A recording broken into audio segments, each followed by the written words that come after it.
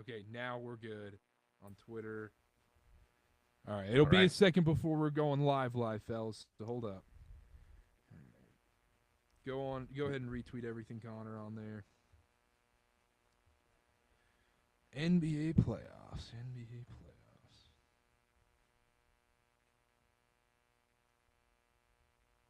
Let's see, how do I do the link thing again? Oh, share broadcast. Yep. Bang bang. Let's pin this tweet. Let's do this thing. There we go. Go retweet this. Shout out everybody that'll be in the chat. Hopefully it's working and everything. All right, I just tweeted it out. Okay, I'm gonna go test this out on YouTube and test drive everything. in We'll here? be live in like 2 minutes.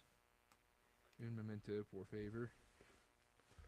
Oh yeah, behind Go ahead and KarterKast. go retweet it from the KarterKast account as well.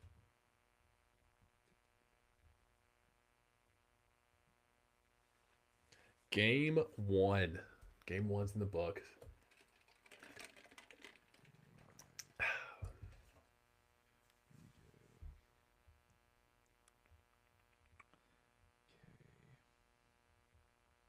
Oh, it's not showing up on the YouTube. Okay, we'll have to fix that later.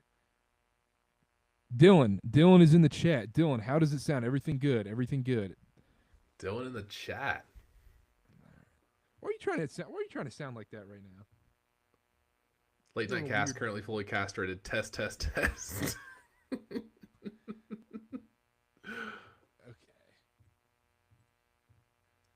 Grizzlies Live toast. momentarily. Dylan, let's ask some real questions here. Come on now. Come on, here 1 second.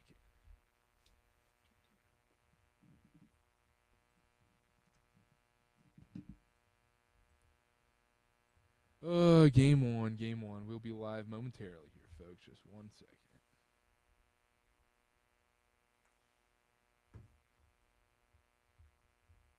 Man, these games, I know they had huge spreads today. They were boring. Yeah, it wasn't great. The Rockets game was good though. Rockets, we'll start with that. Cavs D was good for a little while. Yeah. Okay.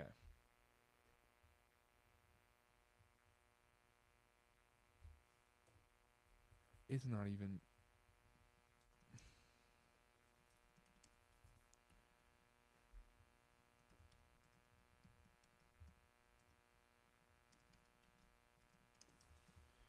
Technical difficulties over here. I apologize. We had a little standby slate. We should put that on for ESPN. I know. With a little I know. like We need the technical difficulties. ESPN camera says. colors and yeah, the static. This is a disaster. We will be live. In How can we just- compete with Bill Simmons and Ryan Russillo when it's like this quarter? Yeah, they have a $5 million operation going on that one show. You mean we this don't one have has a- 6 producers waiting in the lobby right now? Don't tell the people that. Come on. We need our stats department on that. We need a real stats department. Yeah. We do need a real stats department. People think it's real, but it's not. We can say it's real. It helps our It's a credibility. bit. It's 100% a bit. All right.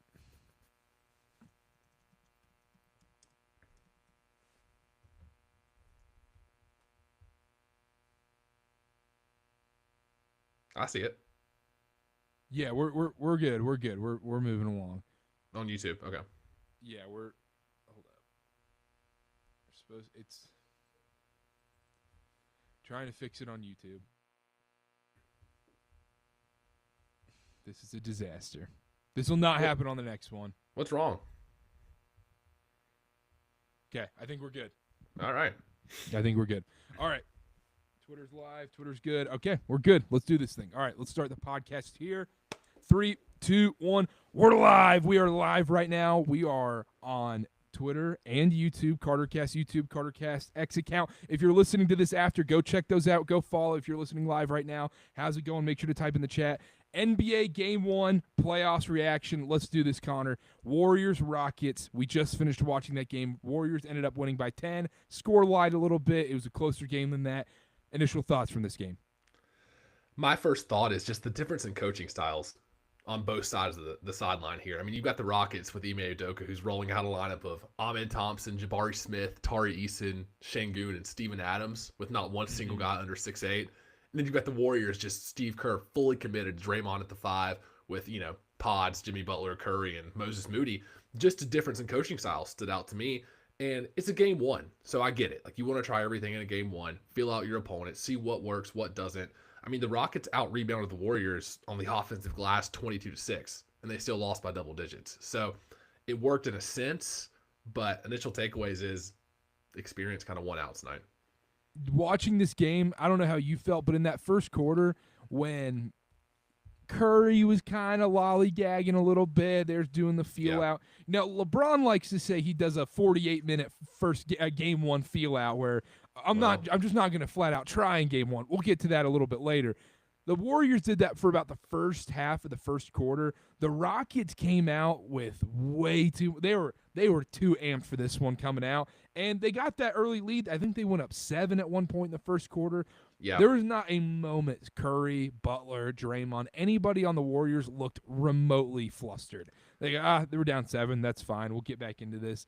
And the other thing I thought of in this game I took away was the Rockets' half-court offense. That was kind of what we were worried about going into this series. It's okay, this Warriors defense has been really good since the Jimmy Butler trade. How is this Rockets offense going to score in the half court? And it was painful. We saw it tonight. I mean, 34 first half points. That tells you everything. The downside to having a ton of athletes and great defenders like Houston does and like a ton of size, it hurts you on the offensive end when you don't have a guy that can get you a bucket. And that was the worst kept secret coming into these NBA playoffs for a potential contender was the Houston Rockets not having a guy to go to at the end of the games. And you saw that half court offense. It was painful to watch, like you said. And look, Şengün had a good game. You had 25 plus. Like he was doing well on offense, but he's not a guy to give the ball to be like, hey, give us a bucket. Things are going weirdly right now. We need something to stay in the game. Jalen Green shot, 3 for 15 tonight. It wasn't going to be his night. And then Fred VanVleet, 4 for 19. Like, those are the three guys that you kind of have to turn to get a bucket at the end of a game. And none of them had that great of a game shooting-wise. I don't know, Carter. It feels like without that being fixed, without a good Jalen Green game, they almost don't stand a chance. No, they don't. Did you feel a little sweep action? I know this is game one overreactions. No. Did you feel a little this was a little too easy for Golden State? No, I actually didn't feel that way. I feel like this game was hard fought. Like Golden State, yeah, they won by 10. Yes, they were comfortable for most of that game. I feel like they still had to earn it. Like that was a tough game. I feel like every 2 minutes I looked up and multiple guys were on the floor. Do you think the Warriors are a little more motivated? Obviously, every team's motivated to sweep. It's a stupid question at the basis of it. But do you think the Warriors are a little more motivated to sweep so they get a little more rest and they win the series? Let's say 4-1. You're looking real pretty for that second round matchup because I think T-Wolves Lakers is looking at a 7-game series potentially. Yeah, I think that's a fair point, especially with the Warriors taking game one on the road in Houston. I think you're going to see all out, full court effort from the Warriors in game two as not a must win, but if we go up 2-0 on Houston's home court, that's kind of the series, honestly. That would be the series. Like they can, I don't want to jump too far ahead, but if they win game two and they go 2-0 in Houston, do you see this young Rockets team coming back from that? I don't. Can I be honest? I don't see this young Rockets team coming back from this. Really, you've seen enough already. One game. I think this is my game one overreaction. Is that I think this series is done. Really? See, I don't feel that way. I think Houston's still going to be competitive.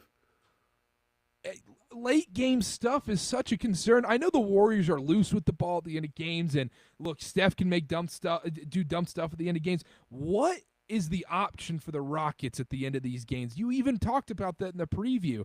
I just don't know where the Rockets go when it's a close game, and I don't think the Rockets have the ability to blow out the Warriors in any of these games, so they're going to have to win in close games, and therefore I just don't trust anybody. I feel like we're due for one Jalen Green game where he has 35. I think we're due for one. So, okay, at that point, do you see the Rockets winning this series?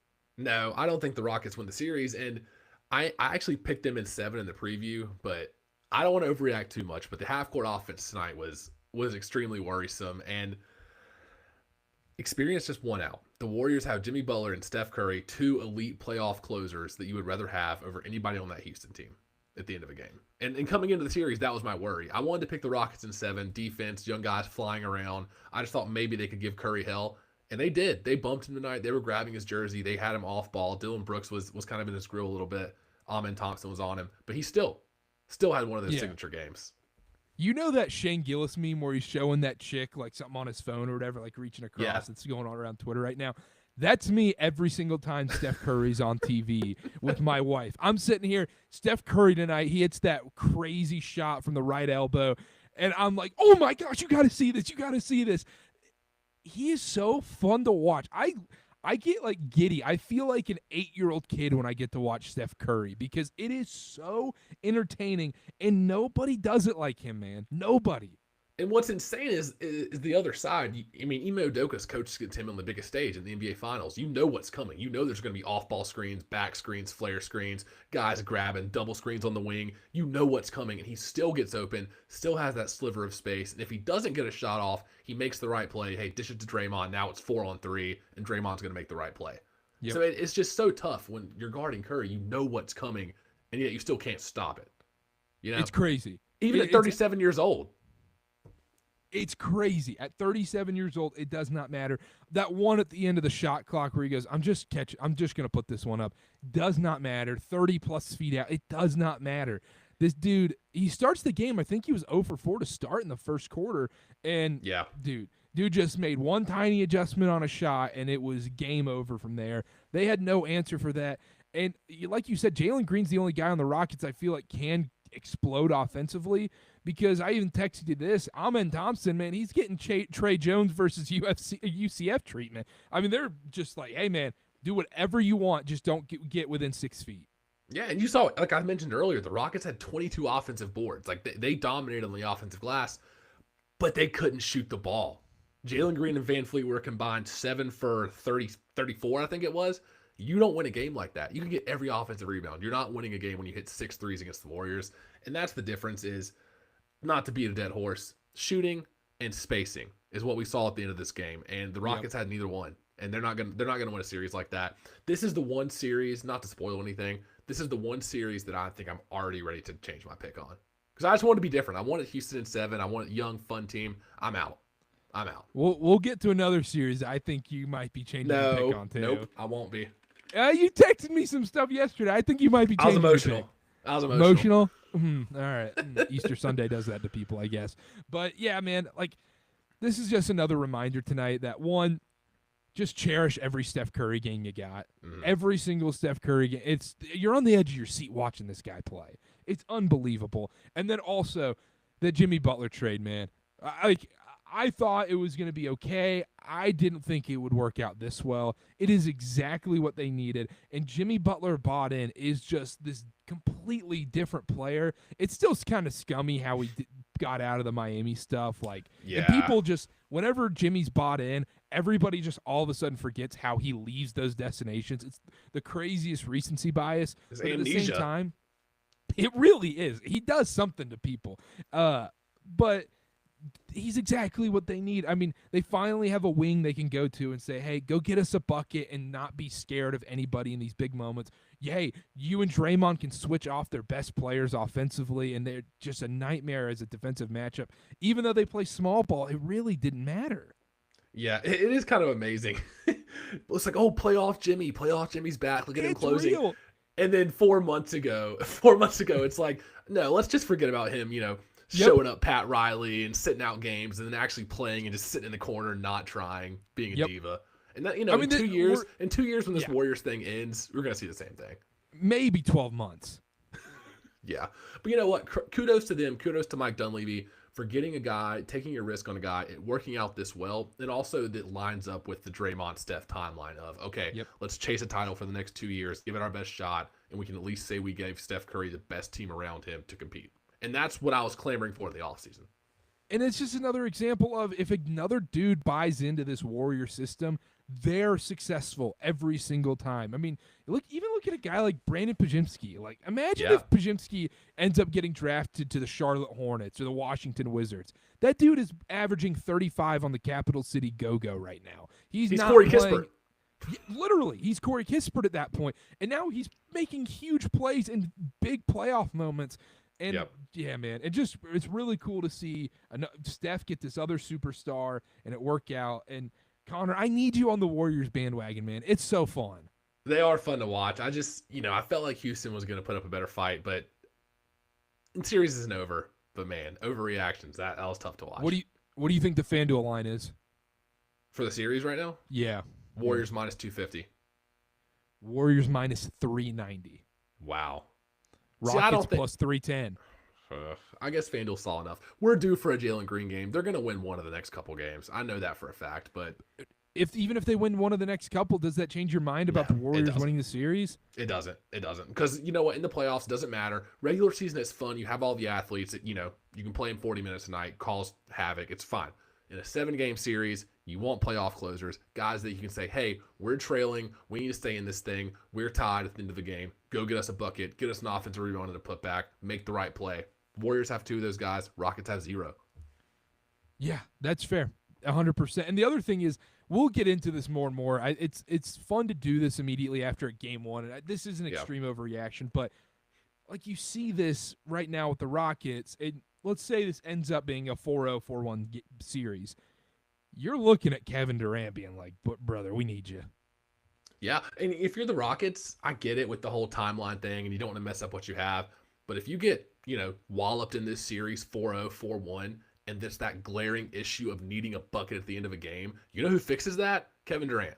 So I would not be mad at them for, kind of talking themselves into it and being like, oh, 3 first-round picks and whoever else to fill the salary. Okay, we can do that. I don't think it would take that much because there's only a few teams that can take on Kevin Durant and also that want to take on Kevin Durant at that same time. So I think it's actually a really good fit, and it makes a lot of sense. You're probably giving up who? Cam Whitmore, who doesn't play, maybe like a Reed Shepherd. I don't even know if you're willing to give him up, but you're giving up guys that aren't really a vital part of your rotation this year. I don't know. I think it might be worth it. We'll see.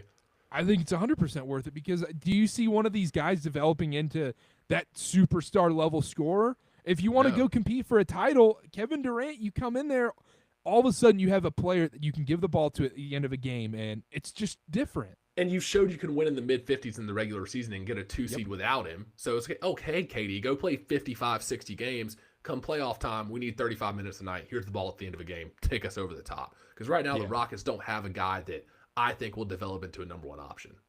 I don't either, to be honest. But they're a good team, and credit to them. And maybe we're totally wrong, and they come out next game and punch the Warriors in the mouth. I don't think that happens. I think experience, like you said, wins out in this one, and it's not even close. Let's talk about the rest of these games on Sunday. We'll dive into them a little bit more, but let's breeze through them and get to some other stuff as well. Heat, Cavs. Cavs are just much better. I mean, this is going to be the story with all these. Celtics were much better. Thunder were much better. But the Cavs, shout out Ty Jerome. Ben's in the chat, said talk about Ty Jerome, cowards. We got to give Ty Jerome his flowers. He was awesome today. Another thing about this Cavs game today is this is another reminder when you watch Donovan Mitchell play in certain games, you go, why isn't he talked about as a top 5 player in this league? Yeah, and in this season, I think it was a mere fact of he's only playing 30 minutes a night. They didn't need him to put up 35, 40 points a game. The team is that good enough around him. And the other reason is it's just inconsistent because he'll have those games where you're like, wait a second, Donovan Mitchell had 11 points on 5 for 17. And we'll probably see that at some point in these playoffs. But when he is on, he's so much fun to watch. It feels like he can score on anybody. He's so fun to watch. And his finishing around the rim is so underrated. He's only, 6'3"? He feels like on the court, he looks like a stocky 6'1". He looks like that in Louisville. Yeah. Yeah. And his finishing around the rim is incredible for how small he is.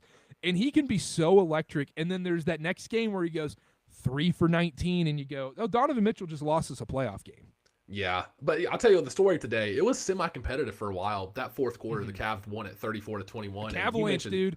It was. And you mentioned Ty Jerome. What do you have, 20, 28, 16 in the fourth. I believe in the playoff preview, my exact quote was, Ty Jerome could flip a game for Cleveland, especially in round 1. I think that's verbatim what I said. And then 16 fourth quarter points. It's got to be close to what you said. And the other thing is, you think back to like okay, the Miami Heat run that they had, the Dallas Mavericks run that they had. You have to have these random characters in the playoffs step up in a major way. And Ty Jerome, if you've been paying attention to the NBA, isn't necessarily a random character. This year but he's not, but he was.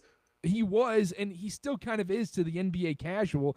And Ty Jerome stepping up in a major way is kind of like, okay, look at those guys on the Mavs last year.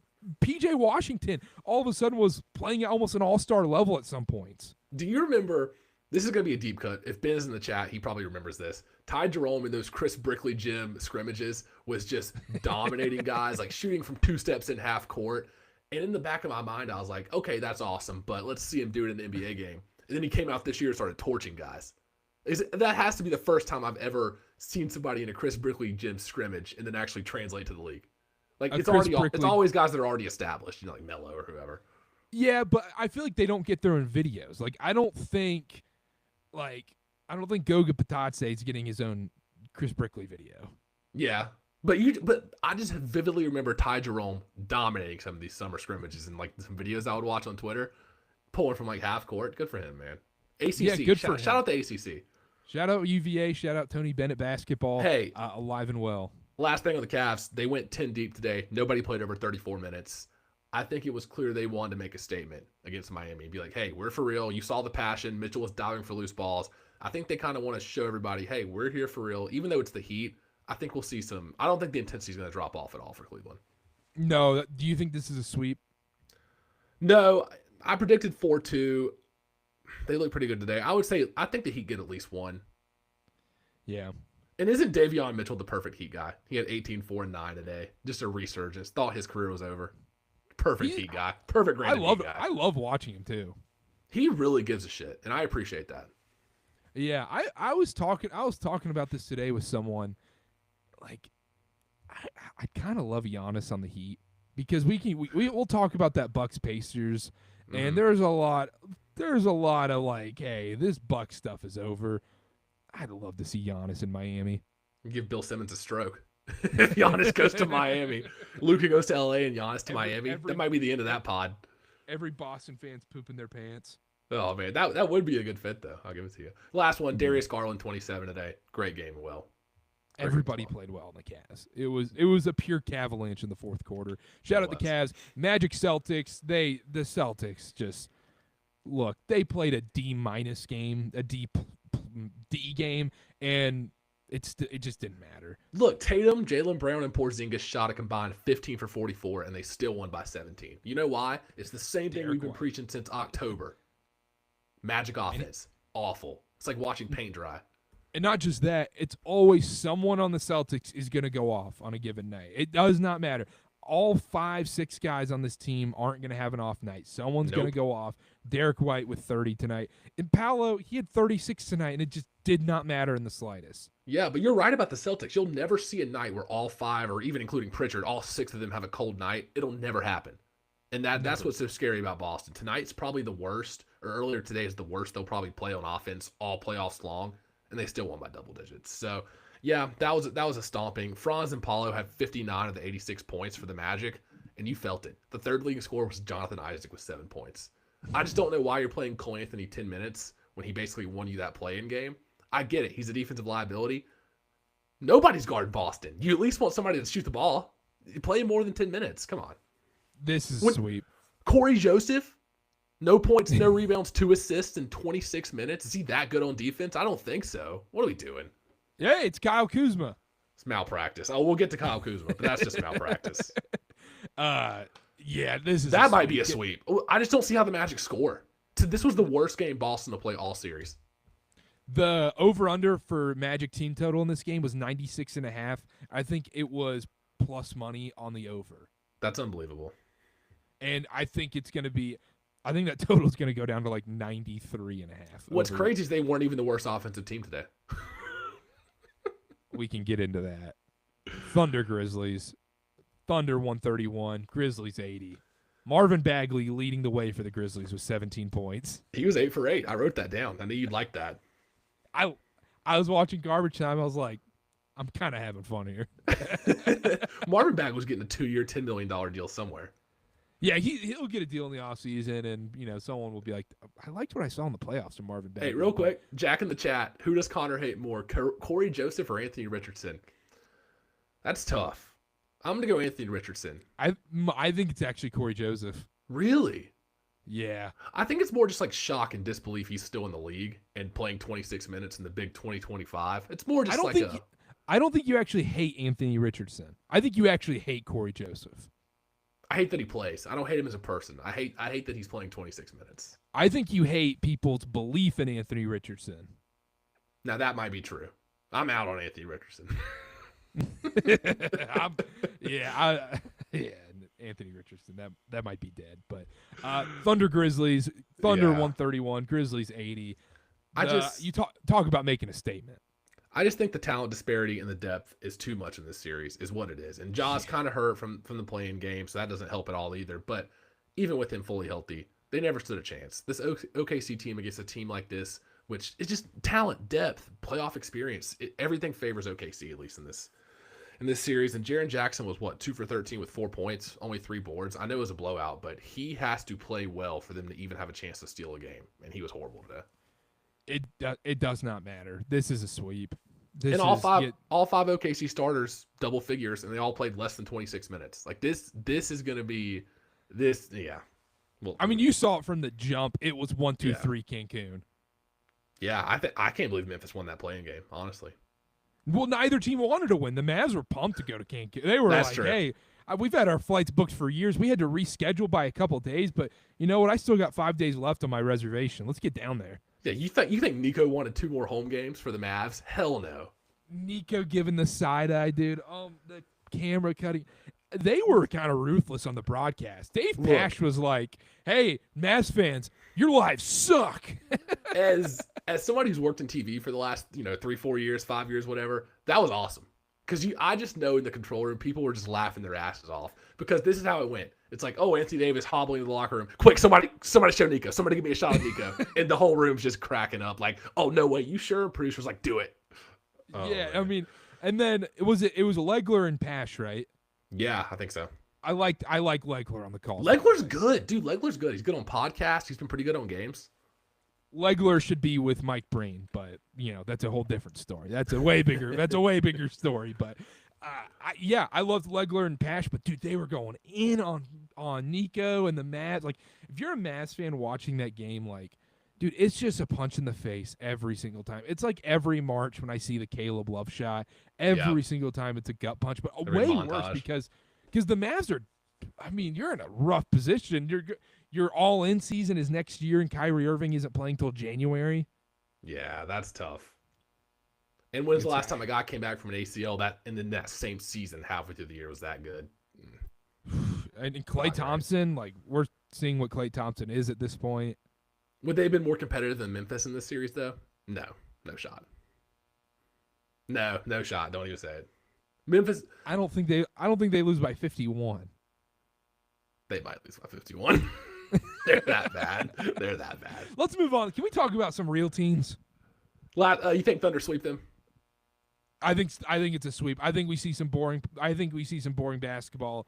I think the top of the top, it's almost like college basketball where, ironically, the 2 seed in the West might get swept. But yeah. I don't think that ends in a sweep. I think that ends in 5. Look, I know these are game 1 overreactions. It's easy to do this, but Thunder Grizzlies sweep, Celtics Magic sweep, Cavs Heat. I agree with you. I think it's a 4-1. Yeah, I can see Cleveland having a cold night. Yeah. I think Heat culture really, really shows up in the third quarter of Game 3. There you go. When the fans finally show up and get in the stands. Yeah. Let's move on. This is the one I've been waiting to talk about, Connor. Oh, okay. We could go Lakers T-Wolves. I know that's going to lead every show tomorrow. I don't care. This is the one I wanted to talk about, and I can't believe it took us this long to get here. Clippers Nuggets. Clippers versus the Nuggets. The game of the weekend. Overtime win for the Nuggets. 112-110. Jokic.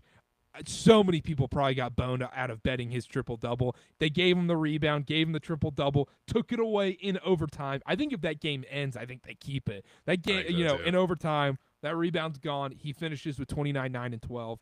Doesn't matter.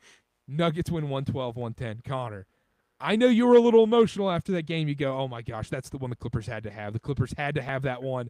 How are we feeling now? You had a night to sleep on it. Are you worried about your sweet, sweet Clippers? I am worried. Oh, Jack said, here we go. This is why I'm here. Look, I am worried. I texted you. This is the one I texted you about. I said, that's it. Nuggets in 5. That was a must win. And going into it, I didn't feel that way. I kind of thought the Nuggets would win game 1. I didn't feel like it was a must win. But when you get, 32, what did Harden have? Like 32, 9, and 11 or something crazy like that. When you get that type of night from James Harden, plus a Zubats game, plus an efficient Kawhi Leonard game, and you still lose the game, that feels like a must win. Because arrested Kawhi Leonard, arrested James Harden in altitude, that was their best chance the entire series to steal a game in Denver, was game 1. And to go to overtime like that and lose, it almost felt like a must win when they went to overtime. And you know who was good in that game too, and is typically not good in the playoffs, is James Harden. James Harden had a great game. You can't waste a James Harden game like that. That's what I'm worried about. And if you're the Clippers, Kawhi Leonard was like 7 for 15, or 8 for 15. He was efficient. He didn't shoot enough. He wasn't as aggressive in the second half. And also, it felt like the Clippers had a lot of prayers in this game. Nick Batum kind of saved them in big moments in this game. Yeah, a couple of those Batum threes really kept him in it, and that's not something you can't rely on that. So when I was watching this game, Connor, I was just laughing. I was just laughing throughout this game. I didn't have any bets on this game or anything other than the Harden 23 points in the parlay. I didn't have any real bets in this game. I was just sitting there laughing because the Russell Westbrook experience is one of the funniest things to watch in sports. And I saw Kofi's tweet where it's like Russell Westbrook is like getting the magic box in Mario Kart and the music's going and everything. It's literally how it is. And you can hate Russell Westbrook. You can love Russell Westbrook. He makes some of the dumbest plays on planet Earth, and he made some of the biggest plays in this game. Whatever you want to say about him, look, I think if Michael Porter Jr. plays in those clutch minutes, I think the Clippers actually win this game. And I know Russell Westbrook effed up at the end multiple times. I don't think it mattered because he also made some of the biggest plays in this game. I'm not mad at Adelman for playing him over Michael Porter Jr. The only thing I'll say is on the final possession of regulation, they had a timeout, they took the timeout, and they left Westbrook in instead of bringing in Michael Porter Jr. That's the one I don't get. You want to play Westbrook in overtime, you want to play him in crunch time, that's fine, it worked out. With 10 seconds left, you need a shot. Why the hell is Michael Porter Jr. not in? You're 6'10", supermax sharpshooter. He would have at least gotten a shot off, and he probably would have made it, if we're being honest. I don't know if we can say that. I don't know. He's one of those guys that just forgets everything and keeps shooting. That's fair. I think that part's fair, but I think it's also a mix of, I think their thought process was, look, we get Jokic the ball. Westbrook has been cutting off of him very well, and that's been open quite a bit, and was hoping that would end up happening. Play broke down. Westbrook got the ball, and he said, hey, look, Emmanuel Sharp, let's see what I can do. That is exactly what it reminded me of. But you know what? Some of the other plays he made, like you said, that's why you talk yourself into Westbrook. A huge offensive rebound put back, a big block, a big, throw it off a guy's leg and save the possession, another offensive rebound. That's why you talk yourself into Russell Westbrook. And then he goes and airballs a corner three and then doesn't get a shot off at the end of regulation. And then you're up 1 with 17 seconds left. You don't really need to shoot, and he takes a horrible contested layup. It's stuff like that. How many times did the Clippers defense leave him wide open in the corner and someone on that team yelled, hell nah, right when he was shooting the ball every single time? I mean, was it 2015 Westbrook and James Harden trading buckets in a playoff series? Jack in the chat says, I don't know, Michael, it feels open to me. Porter Jr. hit the first 3 and then went ghost mode. I loved Westbrook finishing the game. Look, Jack, I'm with you on that. I like him playing game 1 down the stretch in crunch time. It's literally just the last possession of regulation when you have to shoot it in 6 seconds. That's when I don't think he should be in over Porter Jr. At least you'll get a shot off with MPJ. But playing him in overtime over MPJ, I'm with that. And I know Christian Brown's a solid player, or it's like, look, play one of Westbrook or Brown, because they're both kind of playing kind of that similar role a little bit where they're going off ball with those cuts and everything and spot up shooting whenever Jokic gets doubled. But and another thing from this game, Connor, look, and the last thing on the Westbrook thing, I couldn't stop laughing watching this game, dude. Because the only thing that would have made it better was a buzzer beater game winner. That's the only thing that would have made it better. He did make the game-winning play, like off of the defensive swipe or whatever, but I wanted a Russell Westbrook game winner so bad. Oh yeah, so bad. The post-game presser was already funny, but it would have been legendary if he hit that. But the other thing from this game is you watch this Nuggets team, and we talked about this in the preview. This is your number one concern with the Nuggets in the playoffs and going forward and everything is the depth and who's Jokic got around him and everything. It still did not matter in this game. The Clippers, I felt like, had control of this game for the most part. Couldn't pull away when they needed to, when they had their chance. The Nuggets kind of just hung around, and this is just who Nikola Jokic is, dude. I mean, he's winning with these dudes around him. I'm not saying these dudes are absolute bums or anything like that. Jamal Murray's a solid player. There is no one close to being an all-star level player on this roster. I agree, and that's one of the points I wrote down is, number one, Jokic winning with this roster is just a testament to his greatness, but they basically went 7 deep. I mean, Pickett played, 5 minutes, but they basically played 7 guys, a full rotation. How sustainable is that? Maybe they win this series, they beat the Clippers, but how many miles are you putting on those guys? Does that hold up in a round 2? I don't think they can play a 7-man rotation and win the NBA championship. And that's what I was saying coming in, is that lack of depth is really going to hurt them. I know how awesome Jokic is, but that's a lot to ask him to play 43 minutes a night for 4 straight weeks or 6 straight weeks, whatever it is.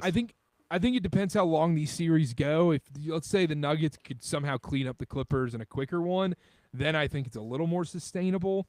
Because if you can get past OKC, it's wide open at that point.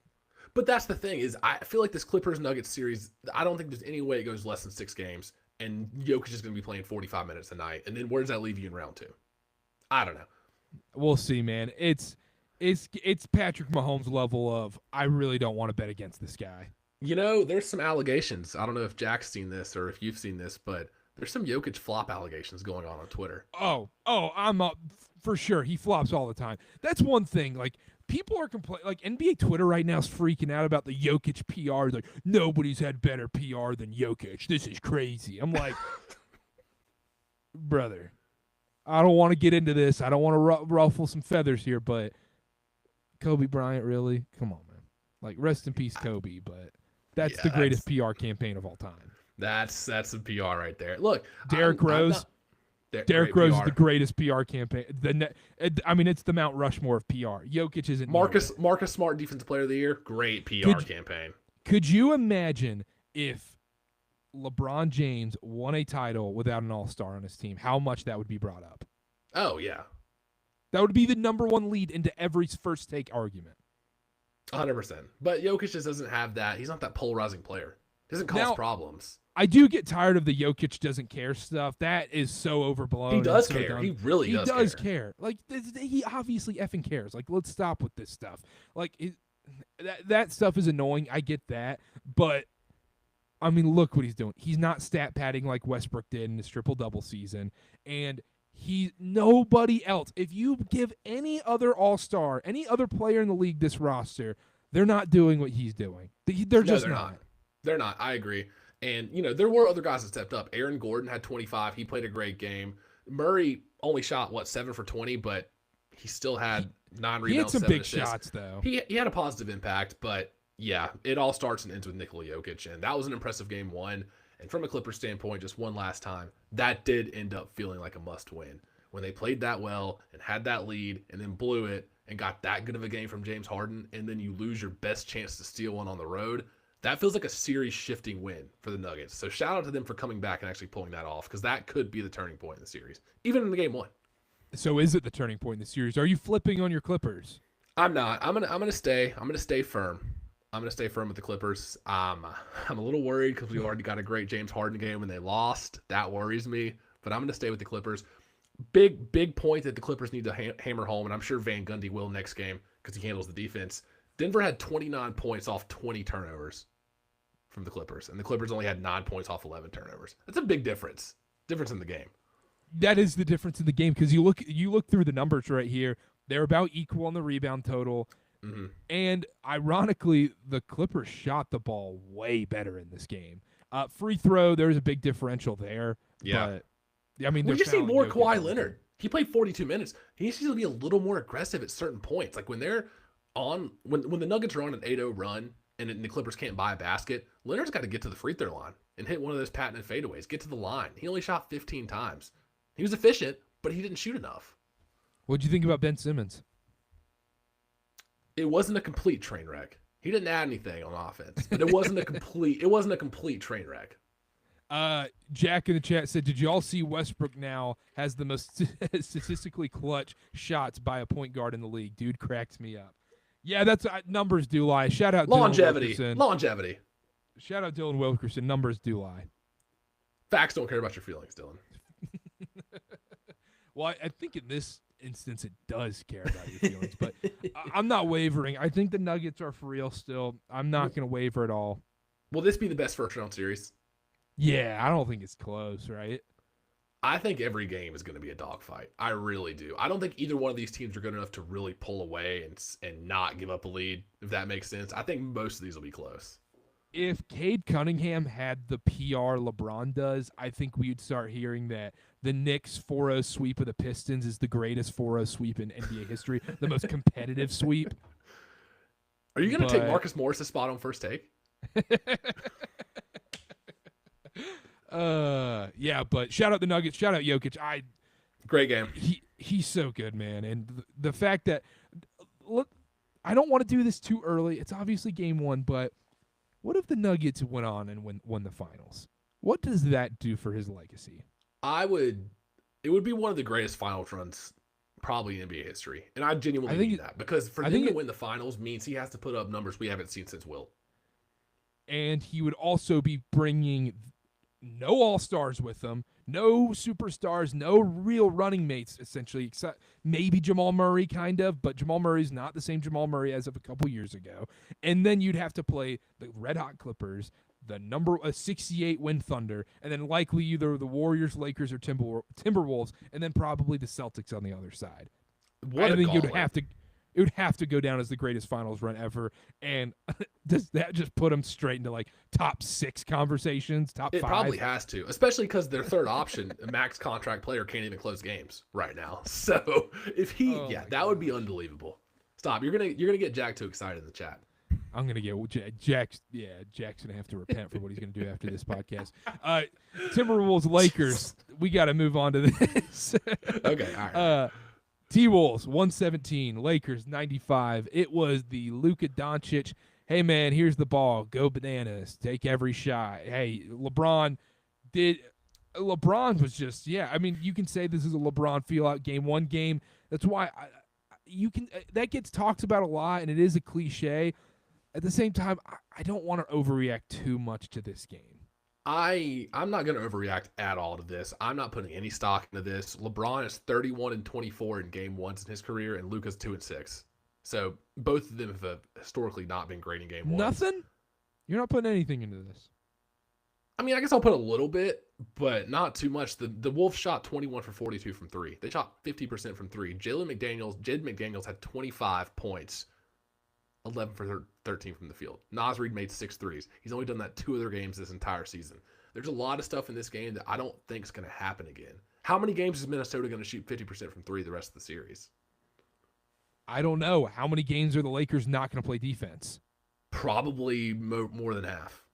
That's what I'm saying. That's the issue. Is obviously you don't want to take too much into this game or really take anything, because it's a LeBron Luka game one feel out, obviously. Mm-hmm. But at the same time, that defense was jarring, and we talked about it over and over going into the playoffs and everything. But the second Minnesota just got to the free throw line, it was okay. You can either take it to the basket and probably get a bucket here and get fouled because there's no rim protectors, or you can kick it out to a wide open dude in the corner, usually Naz Reid. I just don't understand, and this is beating a dead horse. I don't know why they rescinded the Mark Williams trade. Genuinely. Do you know how nice it would be just for them to have a 7-footer they could actually play? Jackson Hayes played 8 minutes. He was a -11 plus-minus in 8 minutes, your starting center. And I knew going into the series, I said, they want to play Rui, they want to play Dorian Finney-Smith, they want to play Vanderbilt with the 5, they want to go small. I didn't think he'd only play 8 minutes. He was unplayable. And the other thing is, even in the first half, when Gobert didn't play a ton of minutes in the first half, and even when he got pulled off, it didn't matter because Naz Reid at the 5 is much better than what the Lakers are going to throw at you. And the Timberwolves kind of have guys to rough up what Reeves, LeBron, and Luka are going to do. But once again, I don't want to overreact too much. I still think the Lakers win this series, but I panic buttons. I'm looking at it. Can't do it because you know what's going to happen next game. As soon as I say, "Oh, I'm panicking on the Lakers," they're going to come out and win by 25, and the Wolves are going to shoot 7 for 49 from three, and it's going to regress to the mean, and the Lakers are going to win by 40 in game 2. I think that's fair. That's what's going to happen. But you're not concerned at all about this Lakers defense? I was concerned about the Lakers defense coming into this playoffs. I'm not necessarily any more concerned than I was a week ago. Because, I mean, it feels like it's 5-on-3 every time Minnesota had the ball. I mean, it's they shot obviously 50% from three. I know it's wide open looks, but still. They were, what, 10 of those were warm-up shots? They were naked threes? Now, Naz Reid in the corner was getting left butt naked, to be fair. Like, that's what I'm saying. I think Redick is a good enough coach. I've seen enough adjustments from him this season. In a 7-game series, I don't think he'll let this happen again. He'll cook something up. Something has to change. But it's just game 1. Jack in the chat said, Jokic, Bubble Jamal, Michael, the possession ends here, Porter Jr., and that white boy from Kansas. Nuggets going 16-0 in the playoffs. If the Nuggets went 16-0 in these playoffs and won the NBA championship. Yeah, Michael Jordan, LeBron, get out of here. It's Jokic. Yeah, I think so. At that point, that's what would have to happen. It was tough. I mean, Ant had 22, 8, and 9. He made all the right plays. Didn't get doubled a ton. I think we'll see more of that next game. But my favorite bet of yesterday was Anthony Edwards over 10.5 rebounds plus assists. He always ups his rebounding in the playoffs all the time. Didn't last year. I know. Too, so I feel you bad. won't see that line much more. I choked the parlay. I feel terrible about it. It's all right. It's all right. What happened tonight? I fell short, and Chase fell short. Chase fell. I mean, Chase didn't even get in the car. Chase fell on the cliff. Yeah. Chase was taking a girl back to his place, and they just went to McDonald's, and he dropped her off. Like it was nothing. Like she just said, "Hey, we're best friends." That's what happened. Oh man.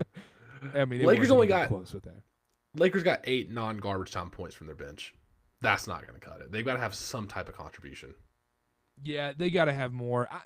Like I said, this is the one I really don't want to overreact to because, like you said, 50% from three is you can't replicate that every single game. But that Lakers defense, once again, it stinks. We're beating a dead horse here, so let's 7 games. I think this goes 7.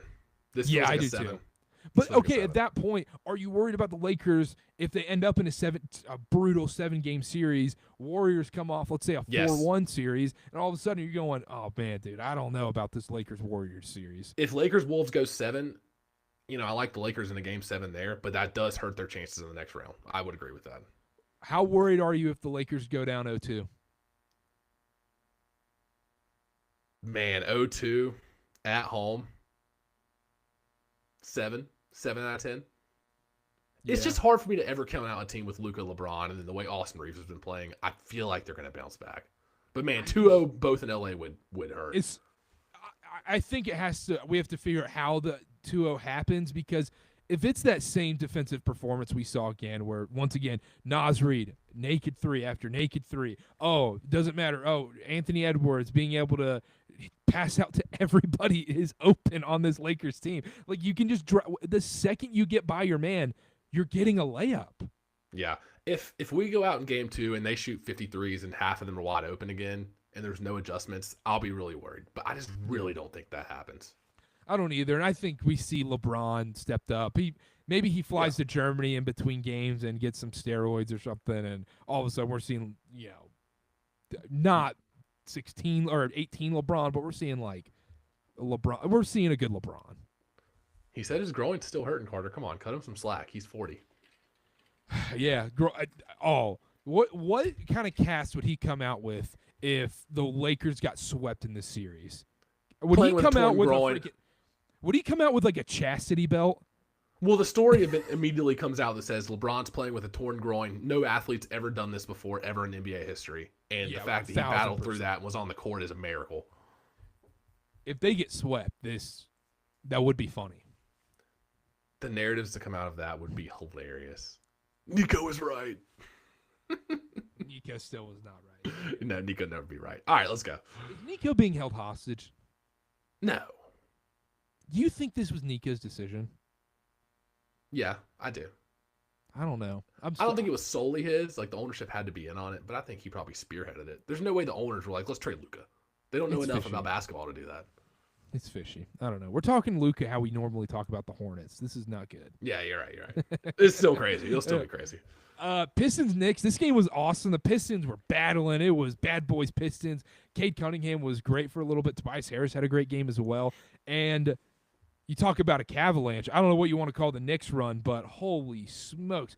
I was so mad because I had to watch this game on mute, and I had to go back and rewatch it. I watched the recording just to hear the Garden during that run. That was unbelievable. That was awesome. And we made the jokes of, okay, this could be the most competitive 4-0 sweep ever and all this stuff. Yeah. The Pistons are playing with them every single game. I don't think there is going to be a major blowout in this series, and I still think the Knicks could definitely sweep them.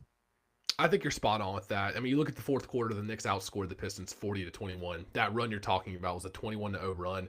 And, Bickerstaff did what he could. He took a timeout. He only had one left after that. It didn't matter. They couldn't stop the bleeding. And that's just a case of the lights get bright, huge run in the Garden. It's loud. It's deafening. You can't even hear yourself think. You can't replicate that. Nobody on the Pistons has ever been on a stage that big in that environment in a playoff game like that. You can't replicate it. There's no way to prepare a team for that.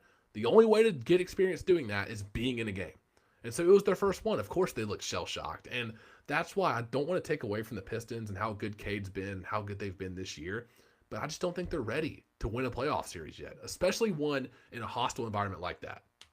No, and you could tell when the game got tight, buttholes were getting tight, and all of a sudden nobody really wanted the ball outside of Cade, but he was just getting clamped. And Tobias Harris had 22 in the first half. He was great. He had 3 points in the second half. He barely shot the ball. His butthole got tight. Tim Hardaway Jr. had 19. Malik Beasley had 20. And Tobias Harris, like I said, had 25. If you get that from those three players in the same game, you have to win. You have to win. Because that's not happening again. No, and especially Malik Beasley going 6 of 12 from three. Obviously, he's been awesome from three this year. Again. But Malik Beasley has 20 points, and you still lost by double digits.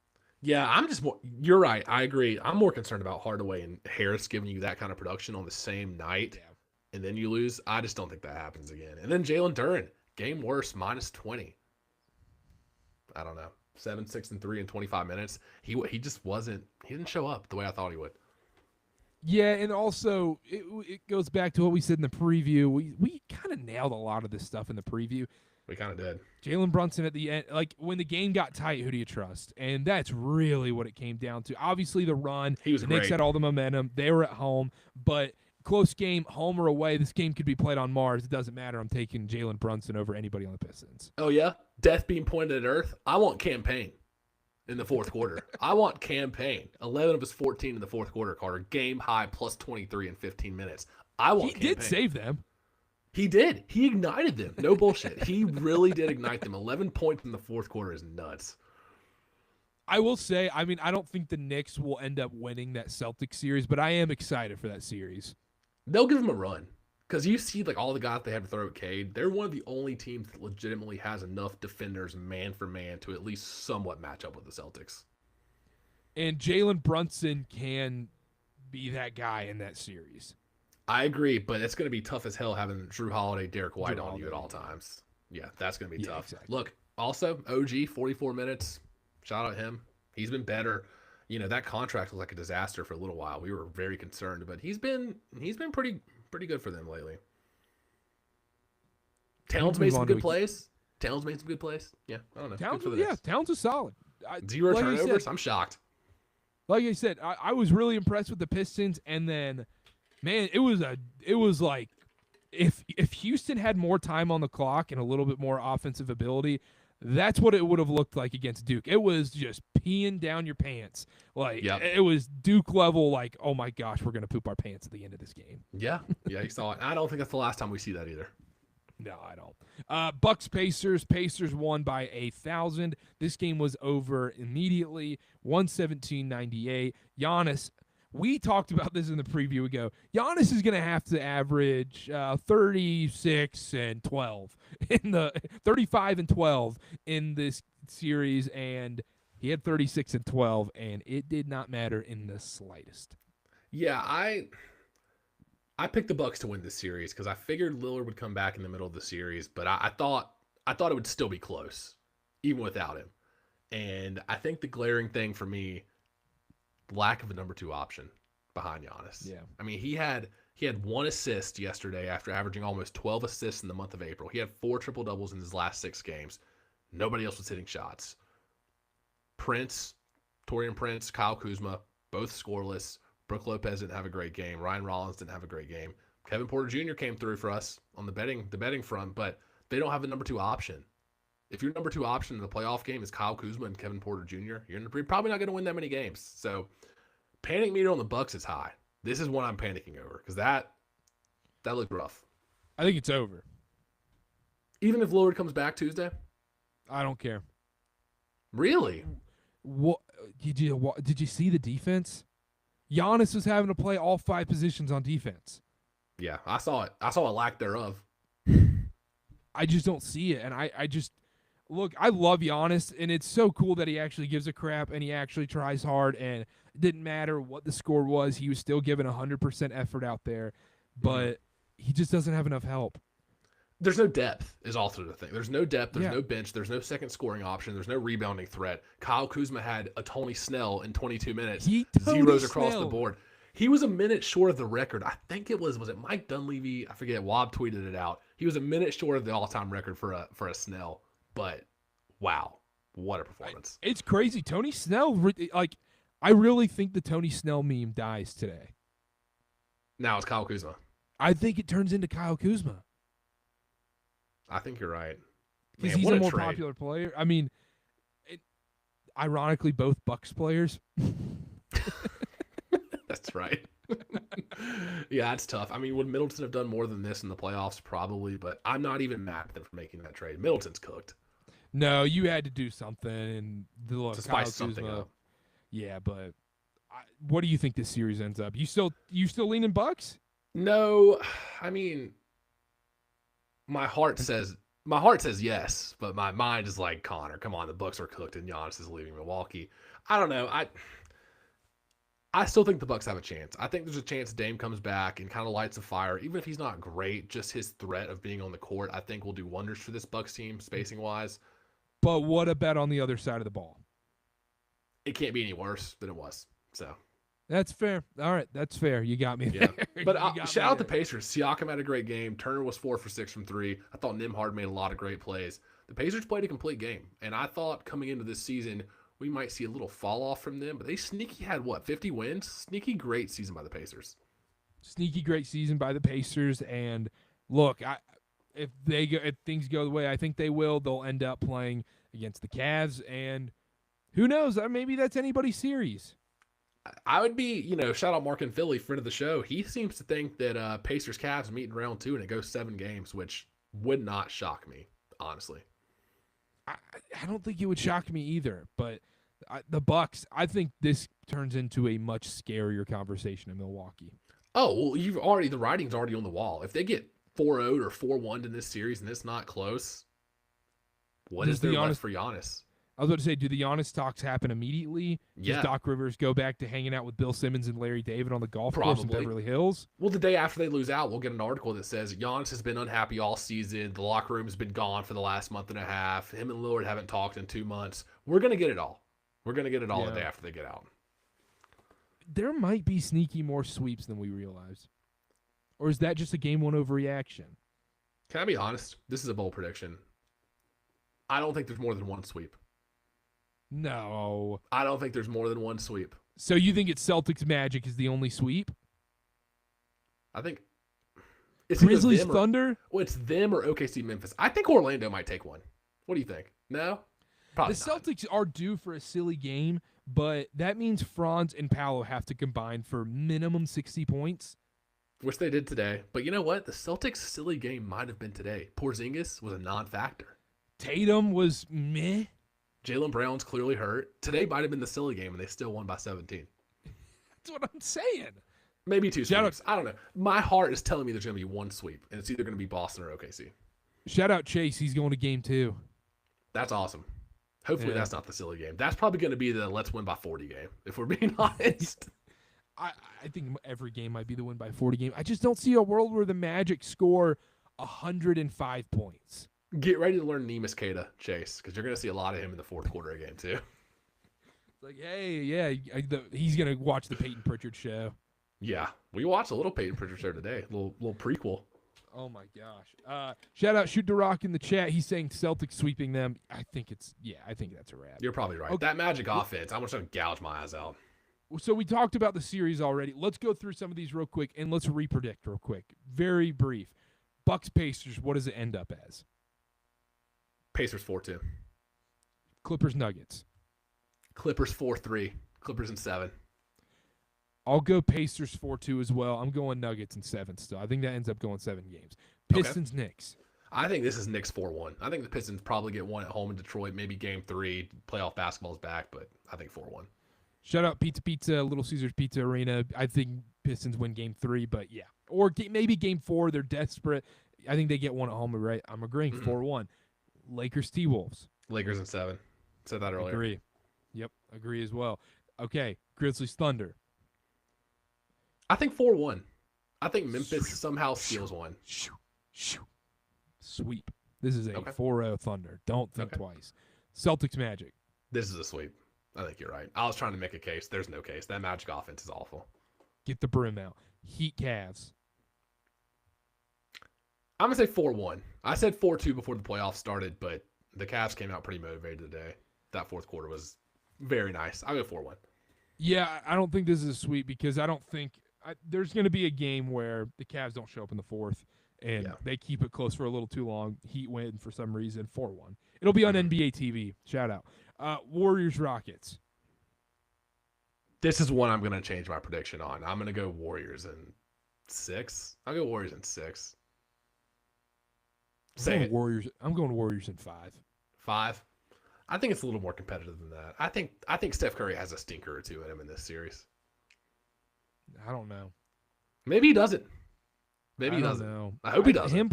He's a different player with Jimmy Butler. Jack in the chat said that triple dipper gonna taste so good. What's the bet here? If the Nuggets win, I'll buy him a triple dipper. I'll Venmo him for a triple dipper.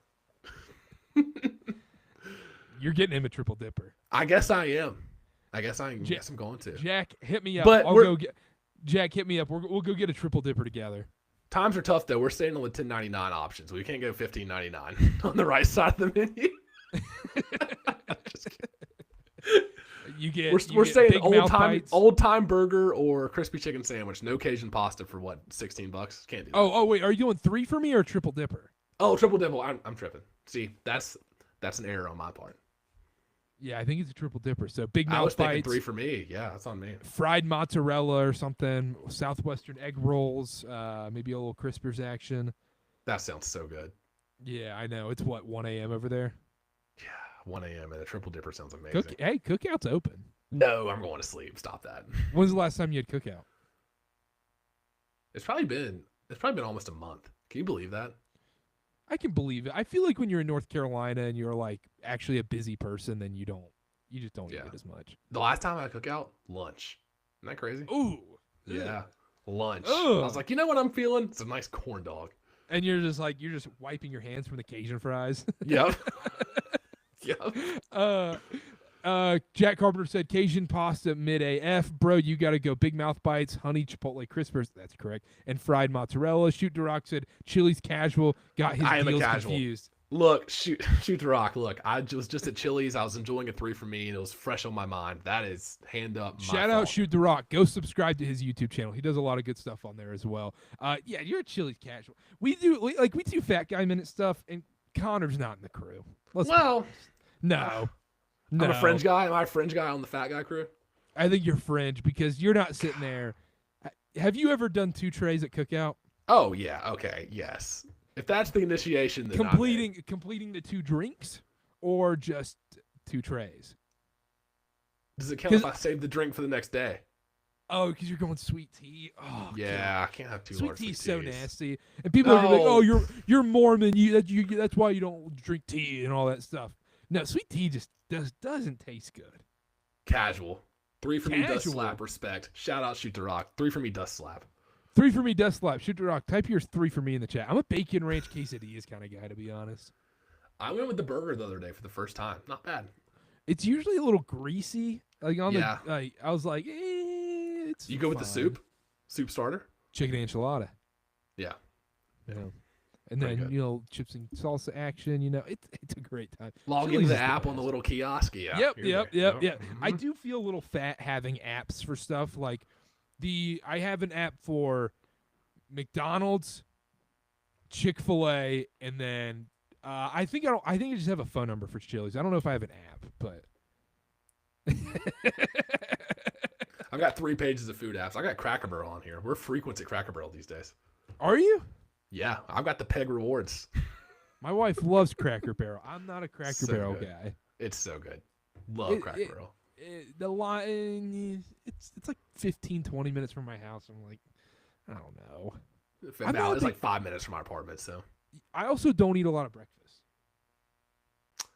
valid. My man, Shout out- quesadillas, bottomless chips, and salsa, and usually upgrade to the marg. That's a good play. Yeah, there you go. There. I mean, Dr. Pepper's for me. I got to drive home. I like the marg. We'll go with the marg here. Chili's drinks are just absolutely elite. The one thing is, this is turning into Fat Guy Minute, but the McDonald's app is one of the greatest inventions out there right now, because if you are not using the McDonald's app and you are just going to McDonald's, you are going to have to go on food stamps soon, because it is so expensive without the McDonald's app. Mm-hmm. A large fry is free on there half the time. Well, the one con, I agree, the deals are great. The one con is if I have 10,000 points built up in the McDonald's app, you can only use one thing per order, and that's annoying. That's an L move, because Chick-fil-A, you can just stack them, and Chick-fil-A, and also their app is just so easy too, and they have great service, and they come out to the curbside thing immediately. Chick-fil-A's got it down. It's frustrating because if I have 10,000 points at McDonald's, but then there's a deal that saves me more money. So I honest to God, I've never used my points at McDonald's. I only use the daily deals. I don't think I have either. I bet I have 10,000 points at McDonald's too. Yeah. Can't use them. It's not worth it. Yeah, they're not. No. Because I'm going to use it on a fry usually. Shoot the Rock said, have to have apps like 20K Taco Bell points, get a deal on the app every time I go. Yeah, because Taco Bell does like fire tier rewards and stuff. You save so much money using the apps. It is a fat guy move, but you save so much money. And also, I'm telling you, I have 3 pages of apps for food. I'm not ashamed. Like, I have a Speedway app. Is there a certain topping that you just like you don't mess with? Is it like pickles, tomatoes, onions? Is there one you're just like, we're out? Avocado. Anything avocado, I'm out. That's the nice part about the apps is you're like, hey, for me, I hate pickles. I don't have to sit there and be like at the drive-thru, can I get no pickles on my sandwich, please? Yeah, And you just can pick up do your it order on the app. Yeah, it's so much easier. It's so much easier. Chick-fil-A needs to introduce a value meal. Chick-fil-A doesn't give an F about anybody. They will never do that. Yeah, they're sticking their nose up. They're clutching their pearls in the Dean Dome like Carolina fans. There's no value menu there. No. NBA playoffs. What are you most looking forward to this week? Is it just Clippers Nuggets? Clippers Nuggets, and honestly, how the Lakers respond game 2. I'm really I think those are the curious 2 to biggest see. storylines. I think so too. And then there's going to be some snoozers. Yeah, because if there's a night where it's like back-to-back Thunder Grizzlies and then, going through the NBA schedule right now, because tomorrow night we've got Pistons, Knicks, Clippers, Nuggets. Elite. Great night.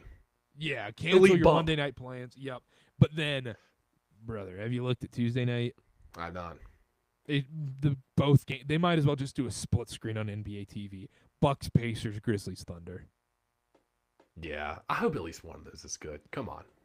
T-Wolves, Lakers at night. And then you will not be back until next week on the podcast, correct?